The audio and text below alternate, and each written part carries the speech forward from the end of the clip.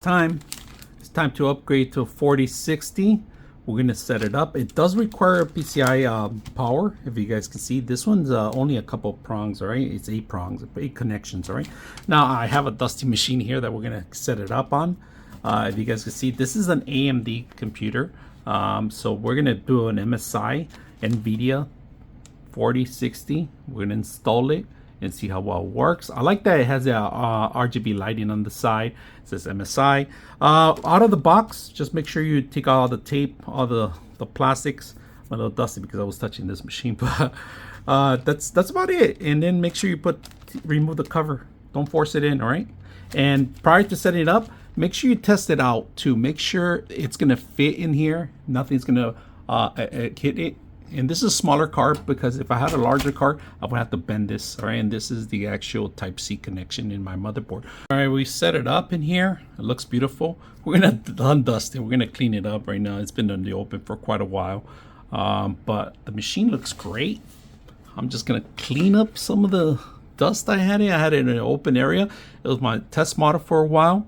Now it's going to a great home, and we're gonna set this up. So look how beautiful the tight is. I think I'm gonna run this through here instead of like coming out through here. So I'm gonna run it through there. It's one of those things that I like. I see issues, then I change them. So I'm gonna run it through here, plug it here, so it could be less of a mess in here. But it looks really clean. Let's test it out. So I just plugged it in, and the memory came on. So we're gonna turn it up.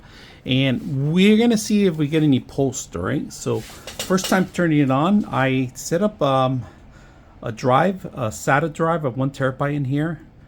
It has 32 gigs or 16, I forgot. So we're gonna take a look at it.